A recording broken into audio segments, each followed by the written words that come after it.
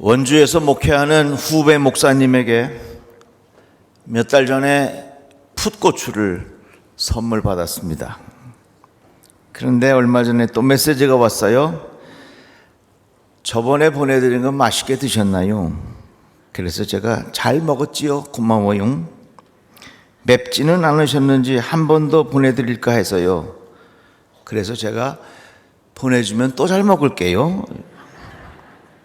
그런데 다시 메시지가 왔습니다. 목사님, 따려고 보니 탄저병이 심해서 딸 것이 없어 못 따고 그냥 왔습니다. 가을에 보내드릴게요. 확인도 안 하고 먼저 문자 보내드려 죄송합니다. 이렇게 답장이 왔습니다. 제가 어떻게 답장한 줄 아세요? 별 말씀을요. 고마워요. 벌써 나는 크게 한 상자를 받은 느낌이에요. 이러고 보냈어요. 나에게 온 건 하나도 없지만 나는 이미 큰 한 상자를 받은 느낌이었습니다. 나는 그 목사님을 보면서 그 마음의 넉넉함을 느낄 수 있었습니다. 하나님과의 관계도 그렇고 주님의 몸된 교회와의 관계도 그렇고 사람들과의 관계도요. 그 마음가짐, 마음 태도 이런 것들이 참 중요합니다. 하나님께서 우리의 마음의 중심을 보신다고 말씀하셨는데 그 마음의 중심이라고 하는 것이 곧 우리의 마음의 태도이고 마음가짐 뭐 이런 거 되겠지요. 바리새인들이 예수님에게 찾아와서 물었습니다. 가이사에게 세금을 내는 것이 옳습니까? 이렇게 물었습니다. 당시 유대 땅은 이 로마의 지배를 받고 있었습니다. 그래서 세금을 내야 했죠. 그런데 이 바리새파 사람들이 물은 데에는 이유가 있는 것입니다. 정말로 몰라서 물은 것이 아니라 예수님을 올무에 빠뜨리고 싶은 그런 불순한 의도가 있었던 것입니다. 만약에 예수님께서 그럼 세금을 내야지요 그렇게 말하면 그 유대인들이 너무너무 싫어할 거 아니겠어요? 왜? 로마의 지배를 받고 있으니 로마 황제에 대한 그 불만이 얼마나 많겠습니까? 그래도 여러분들 세금을 잘 내세요 그러면 그 유대 땅에 사는 사람들이 얼마나 마음이 불편하겠습니까? 그런데 만일 세금을 안 내도 됩니다. 그러면 로마 당국에 의하여 체포될 수 있는 빌미를 주는 것입니다. 그러니까 이 질문 속에는 어떻게 하면 예수님을 올무에 빠뜨리게 할 수 있겠는가 하는 불순한 의도가 있었던 것입니다. 예수께서 말씀하시기를 그들의 악함을 아시고 이르시되 외식하는 자들아 어찌하여 나를 시험하느냐 이렇게 말씀하셨습니다. 하나님은 우리의 마음가짐을 눈여겨보시는데 우리 마음의 태도를 눈여겨보시는데 여러분 우리의 마음이 좀 더 넉넉해지시기를 축복합니다. 하나님께서 내게 주신 귀한 은혜를 느끼고 내가 하나님의 은혜 가운데 살고 있다는 것을 고백할 때에는요 하나님께서 주시는 마음의 넉넉함이 있게 돼요. 너그러운 마음이 있게 된다는 겁니다. 이것이 바로 우리가 이 세상을 살아가는 마음의 태도가 되어야 할 것입니다. 어느 여성 우주인 이소연 씨가 우주에서 지구를 바라보았습니다. 저렇게 경이롭고 아름다운 곳에 살면서 소소한 일로 사내중내하며 살았던 내 자신이 너무나도 후회스럽구나 그렇게 이야기를 합니다. 그러면서 이제 내가 지구로 돌아가면 사소한 일로 아둥바둥대지 말고 살아야지 넉넉한 마음으로 살아야지 그렇게 생각을 했다는 것입니다. 넉넉한 마음으로 사는 것이 이게 복입니다. 여러분들 복 있는 인생 되시기를 바랍니다. 내 스스로가 넉넉한 마음 그게 복이에요. 내 스스로 너그러움이 있는 마음 이게 복이에요. 내 안에 넉넉한 마음 너그러운 마음이 있는 거 이게 평안한 마음이고 이런 마음에 하나님 주시는 기쁨이 있다 그 말입니다. 그런데 왜 우리가 이렇게 넉넉한 마음으로 살아야 되겠는가? 하나님이 우리에게 이미 넉넉한 은혜를 주셨습니다. 풍성한 은혜를 하나님께서 우리에게 보여주셨습니다. 예수 그리스도께서 우리들을 위하여 그 넉넉한 하나님의 은혜를 부어주셨다고 하는 것입니다. 본문 말씀에도 이렇게 말하죠. 하나님이 능히 모든 은혜를 너희에게 넘치게 하사, 이렇게 말씀했어요. 하나님께서 우리에게 베풀어 주신 은혜가 이미 넉넉하다는 것입니다. 한번 따라해 볼까요? 나는 넉넉한 하나님의 은혜를 입었습니다. 다 같이 아멘.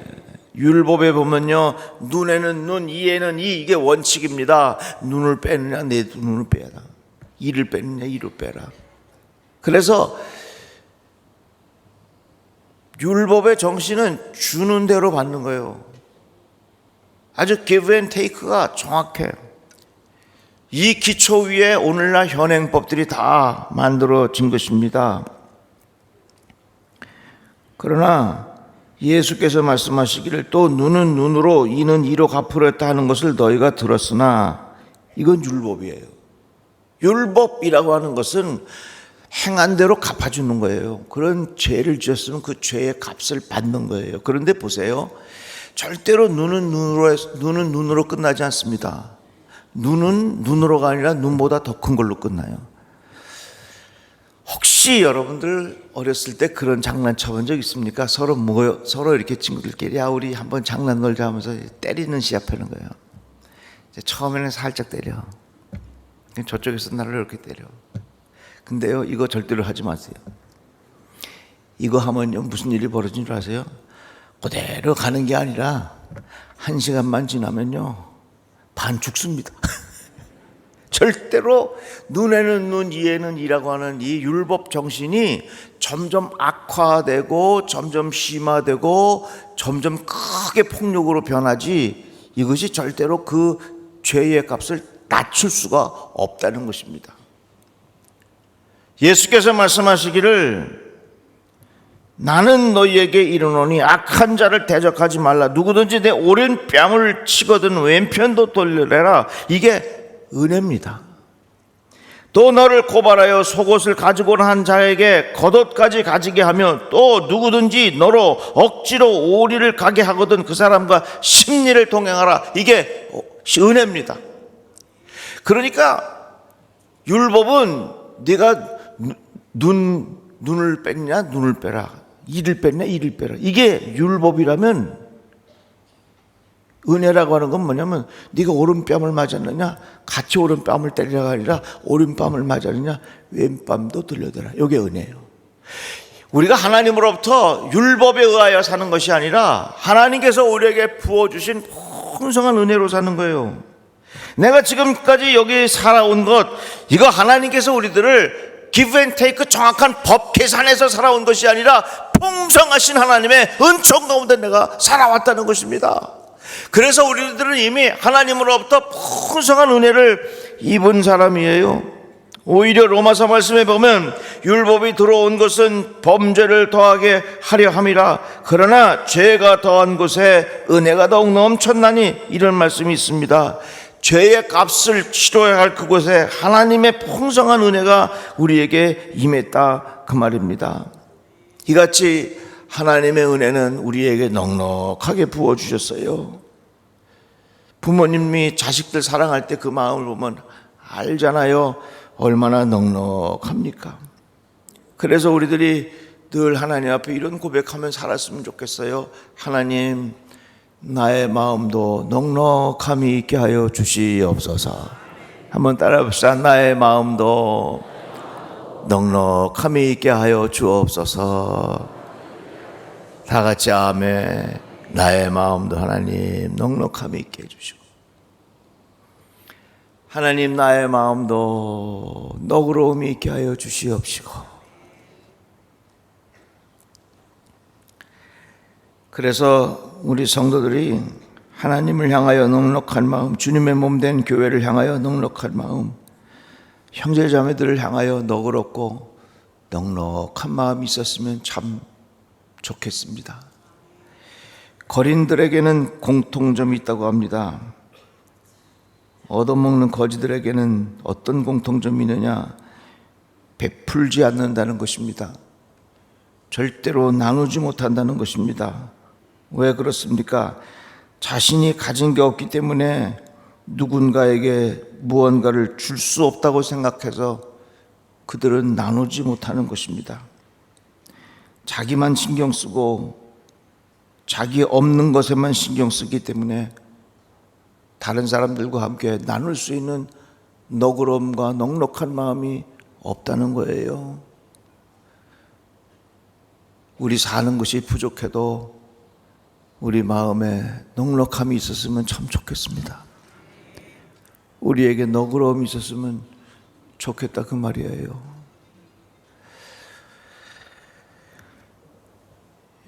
여러분, 혹시 여러분들의 자녀들이 얻어먹는 것을 너무 좋아하면 그거 교육을 시키세요.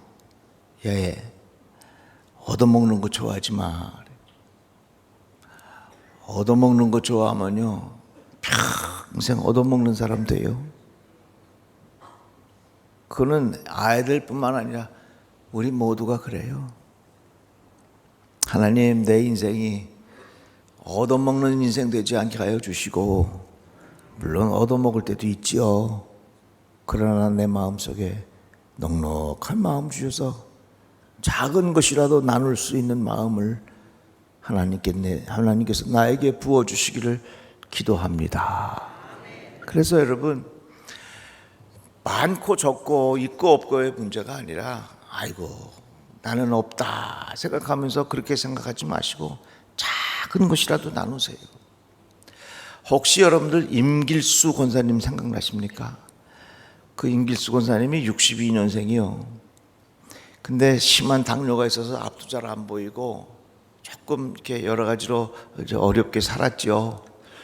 근데 참 고생했어요. 그렇지만 그 임 권사님은 교회 주변에서 늘 쓰레기도 치우고 교회의 하찮은 일들을 여기저기 많이 하면서 이 구석구석을 많이 돌본 분이었어요. 그 맨날 모자를 삐딱하게 쓰고 내가 주차장에 오면 안녕하세요 목사님 이렇게도 그래도. 근데 이 권사님 그 마음을 내가 이길 수 없는 게 꼭 어떨 때가 되면 양말 하나를 까만 봉투에 넣어 갖고 와요. 목사님 이거 신어보시오.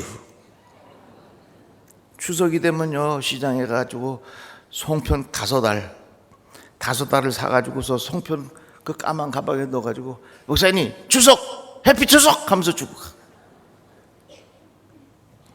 저는 그 권사님의 그 마음을 잊을 수가 없어요. 많이 있어서 나누는 게 아닙니다. 마음이 문제입니다. 후덕한 마음, 넉넉한 마음, 이런 마음이 우리에게 필요하다 그 말입니다. 왜? 우리들은 하나님으로부터 풍성한 은혜를 받았기 때문에 이미 이 받은 은혜를 흘러넘치게 해야 된다는 얘기예요.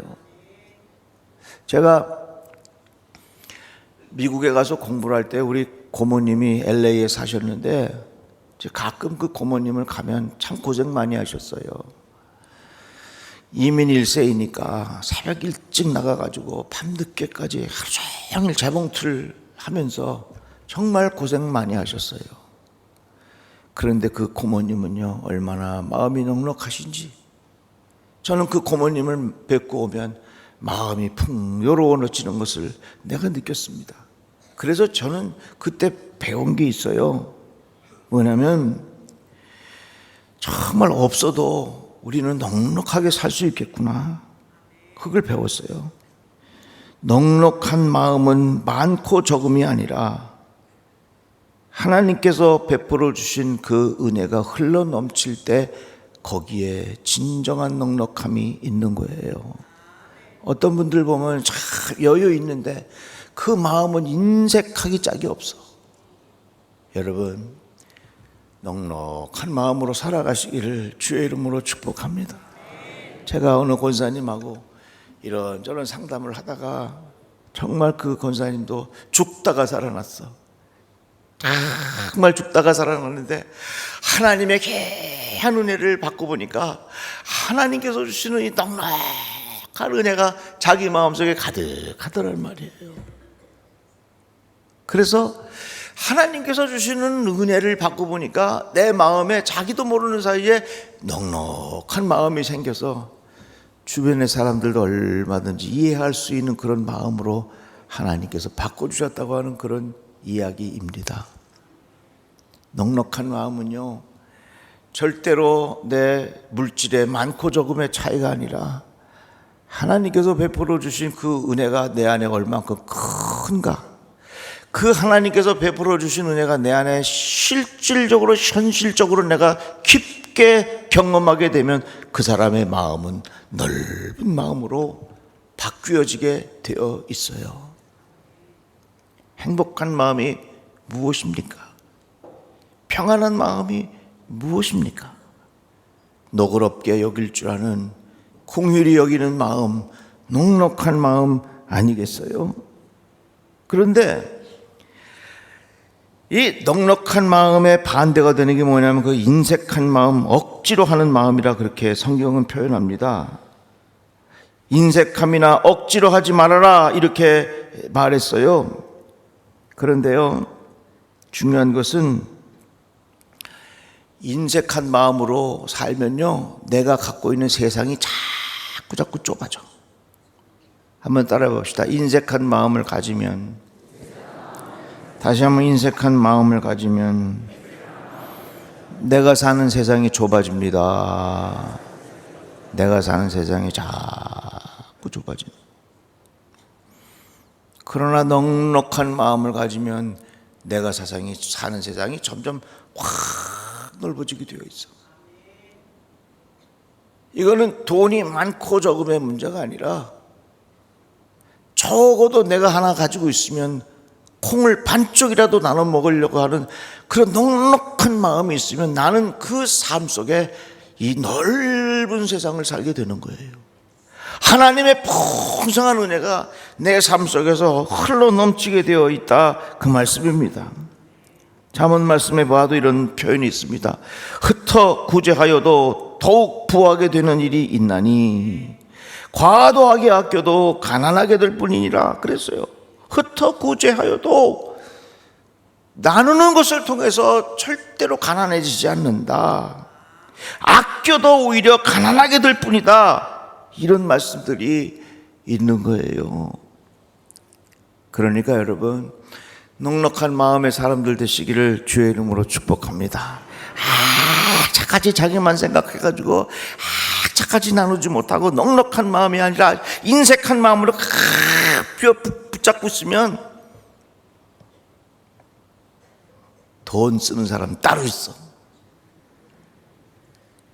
너무 인색한 마음 가지고 있으면요, 내가 쭈그라고 모았지만 한 방에 날아가는 수가 있어.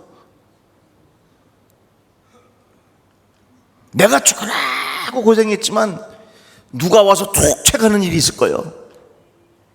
그러니까 하나님 내게 부어주신 은혜가 있으니 내가 넉넉한 마음으로 살아가겠습니다.